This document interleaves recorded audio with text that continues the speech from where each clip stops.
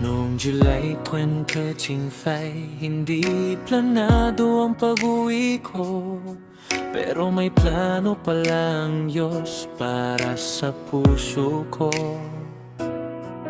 Sa bilyaran at poker, doon tayo unang nagtagpo. Hindi ko alam, ikaw na pala ang magiging mundo ko. Sa simpleng drawings natin, kinuha mo ang Facebook ko. Nagyayakang maglaro tayong dalawa lang noon. Doon nagsimulang mabuo ang kwentong hindi inaasahan. Dalawang pusong pinagtapo ng tadhana. Halos isang buwan lang ang panliligaw, pero ramdam kong ikaw na ang sagot sa dasal.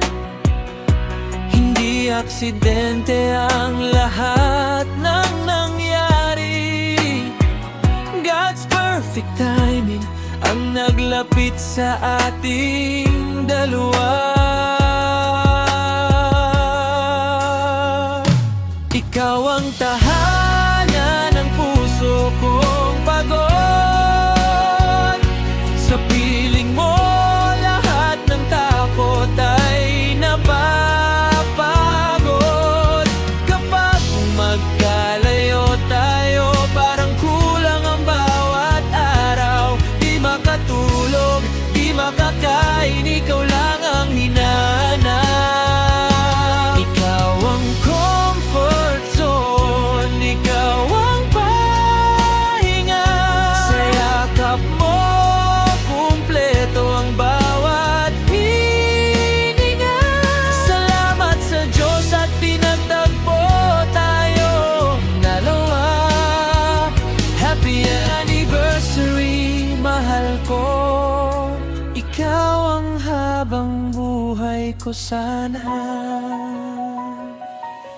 Noong una ayoko sa'yo dahil kilala kang lasinggero, pero nang makilala kita ng mas malalim, nagbago ang puso ko. Hindi pala sapat ang sabi ng ibang tao, mas mahalaga ang tunay mong pagkatao. Gabriel Gabo, ikaw ang pangalan na habang buhay kong iingatan. Strong, Independent woman ang nakasanayan kong maging ako.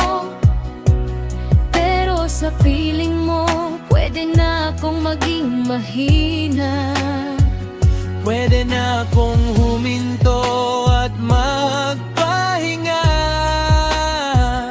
Dahil alam kong may kamay na sasalo sa'kin.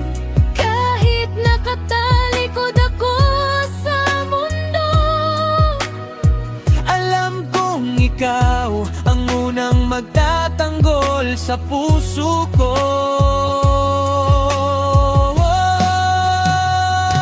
Hindi man perpekto ang simula natin, pero perpekto ang pagmamahal ang binuo natin. Kasama ang mga tropa noon ang araw-araw.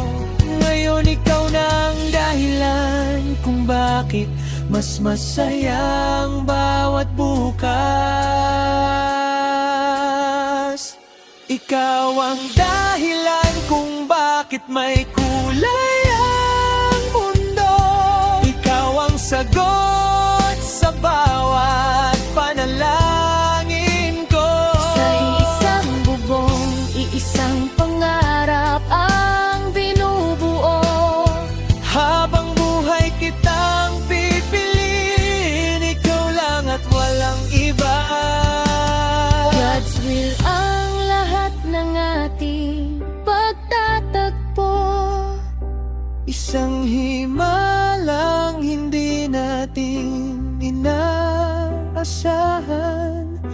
Sa bawat anibersaryong darating, mas mamahalin pa kita